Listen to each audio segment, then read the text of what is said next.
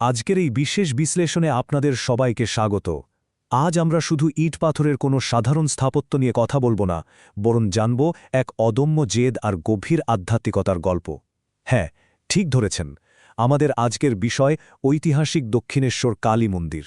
কিভাবে এক অভাবনীয় অবাধ্যতা আর তীব্র ভক্তির গভীরতা থেকে এই মন্দিরের জন্ম হয়েছিল, আজ আমরা সেই রোমাঞ্চকর ইতিহাসটাই তুলে ধরব। চলুন এই বিস্ময়কর ইতিহাসের একদম গভীরে প্রবেশ করা যাক। ভাবুন তো, ঊনবিংশ শতাব্দীর সেই রক্ষণশীল সমাজের কথা। আর ঠিক সেই সময়ে দাঁড়িয়ে রানী রাসমণি, এক অকুতোভয় নারী, যিনি সম্পূর্ণ একা সেই পাহাড় প্রমাণ সামাজিক বাধা আর রক্ষণশীলতার বিরুদ্ধে বুক চিতিয়ে দাঁড়িয়েছিলেন। তৎকালীন সমাজে একজন তথাকথিত নিম্ন বর্ণের বিধবা নারী হয়েও তিনি এমন এক কীর্তি স্থাপন করেছিলেন যা আজও কোটি কোটি বাঙালির আবেগের কেন্দ্রবিন্দু। আজকের এই আলোচনায় আমরা যে বিষয়গুলো দেখব তা হল ১. একটি ঐশ্বরিক স্বপ্ন, ২. ব্রাহ্মণ সমাজের বিরোধিতা, ৩. নবরত্ন স্থাপত্য, ৪. মা ভবতারিণীর মূর্তি নির্মাণ, ৫. শ্রীরামকৃষ্ণের উত্থান এবং ৬. এক সর্বজনীন দর্শন। তো শুরু করা যাক আমাদের প্রথম পর্ব, একটি ঐশ্বরিক স্বপ্ন। সময়টা ছিল ১৮৩০ সাল।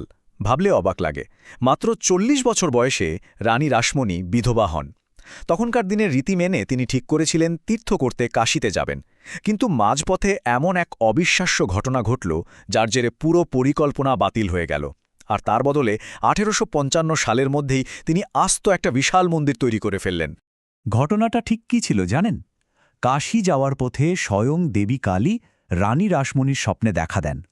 দেবী তাকে নির্দেশ দেন অত দূর যাওয়ার কোনো দরকার নেই, বরং কলকাতার কাছেই গঙ্গার তীরে যেন তিনি একটা মন্দির প্রতিষ্ঠা করেন। আর সত্যি বলতে কি, দেবীর এই ঐশ্বরিক স্বপ্নাদেশটিকেই কিন্তু দক্ষিণেশ্বর মন্দিরের বীজ বোনা হয়েছিল। এবার আসছি আমাদের দ্বিতীয় পর্বে, ব্রাহ্মণ সমাজের বিরোধিতা। দেবীর এই আদেশকে বাস্তবে রূপ দেওয়াটা কিন্তু মোটেই সহজ ছিল না। সবচেয়ে চমকে দেওয়ার মতো বিষয় হল তৎকালীন সমাজে বিরোধিতার মাত্রা।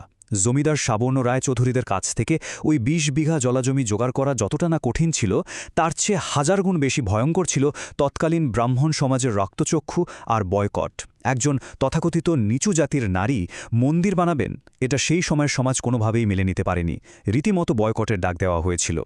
এরপর আমাদের তৃতীয় পর্ব হল নবরত্ন স্থাপত্য। এত বয়কট, এত হুমকির পরেও রানী রাসমণি কিন্তু একটুও দমে যাননি। নিজের প্রচুর সম্পত্তি বিক্রি করে তিনি কাজ চালিয়ে যান। আর মন্দিরের নকশার জন্য তিনি বেছে নিয়েছিলেন এক অসাধারণ শৈলী। বর্তমান বাংলাদেশের কান্তনগরে সেই বিখ্যাত কান্তজির মন্দিরের কথা নিশ্চয়ই শুনেছেন। রানীমা সেখান থেকেই অনুপ্রাণিত হয়ে বাংলার ঐতিহ্যবাহী নবরত্ন শৈলীটিকে দক্ষিণেশ্বরে নিয়ে আসেন, যার কেন্দ্রে থাকে একটা বড় চূড়া আর চারপাশে ৮টা ছোট চূড়া। আর এই পুরো মন্দির প্রাঙ্গণটা কিন্তু শুধু একটা মাত্র ভবন নয়, এর মধ্যে রয়েছে ১২টা শিব মন্দির আর একটা রাধাগোবিন্দ মন্দির। নবদ্বীপের বৈষ্ণব স্থাপত্য থেকে অনুপ্রাণিত হয়েই তিনি এই রাধাগোবিন্দ মন্দিরটি তৈরি করেছিলেন, যাতে সব দর্শনার্থীর মনে একটা বিশুদ্ধ ভক্তির জাগরণ হয়। এবার আমরা যাব চতুর্থ পর্বে, মা ভবতারিণীর মূর্তি নির্মাণ। স্থাপত্য তো তৈরি হল, কিন্তু এরপর শুরু হল আসল কাজ, দেবীর মূর্তি নির্মাণ। কাটোয়ার বিখ্যাত ভাস্কর নবীন ভাস্করকে দেওয়া হলো এই গুরুদায়িত্ব। তিনি বিহারের জামালপুর থেকে আনা কোষ্ঠী পাথর দিয়ে টানা ১ মাস হবিষ্যান্ন খেয়ে একদম নিষ্ঠার সাথে কাজ শুরু করেন। এখানে একটা দারুণ ইন্টারেস্টিং ব্যাপার আছে। প্রথম দুটো মূর্তি কিন্তু গর্ভগৃহের মাপ অনুযায়ী ঠিকঠাক হয়নি। প্রথমটা একটু বড় হয়ে যাওয়ায় মা ব্রহ্মময়ী রূপে, আর দ্বিতীয়টা ছোট হওয়ায় মা নিস্তারিণী রূপে অন্যত্র প্রতিষ্ঠিত হয়। অবশেষে ৩বারের চেষ্টায় তিনি তৈরি করেন একদম নিখুঁত মূর্তিটি, যাকে আমরা মা ভবতারিণী রূপে চিনি।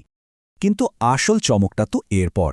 মূর্তি তৈরির পর সেটাকে খুব সাবধানে একটা লোহার সিন্দুকের ভেতর রাখা হয়েছিল। কিছুদিন পর রানীমা হঠাৎ স্বপ্নে শোনেন দেবী যেন তাকে বলছেন, আর কতদিন আমাকে বাক্সে বন্দী করে রাখবি, আমার যেন দম বন্ধ হয়ে আসছে। এই অভাবনীয় আর ভীতিকর স্বপ্ন রানীমাকে মূর্তি প্রতিষ্ঠার জন্য রীতিমতো অস্থির করে তুলেছিল। আর এর পরের ঘটনাটা শুনলে সত্যি গায়ে কাটা দেয়। ১৮৫৫ সালের ৩১শে মে স্নানযাত্রার সেই মহাপুণ্যতিথিতে মূর্তি বের করার জন্য যখন লোহার সিন্দুক খোলা হলো, তখন দেখা গেল এক অলৌকিক দৃশ্য। পাথরের মূর্তির গায়ে স্পষ্ট ঘামের বিন্দু, যেন ঠিক সেই মুহূর্তে দেবীর উপস্থিতির এক চূড়ান্ত ঐশ্বরিক প্রমাণ পাওয়া গেল। এবার চলে আসছি পঞ্চম পর্বে, শ্রীরামকৃষ্ণের উত্থান। মন্দির তো সফলভাবে তৈরি হল, কিন্তু এরপরেই প্রাঙ্গণেই শুরু হল আর এক আধ্যাত্মিক জাগরণের গল্প। রানী রাসমণির সেজ জামাই মথুরামোহন বিশ্বাস ছিলেন একদম কট্টর নাস্তিক, কিন্তু তরুণ এক পুরোহিতের সংস্পর্শে এসে তার জীবনের মোড় পুরোপুরি ঘুরে যায়।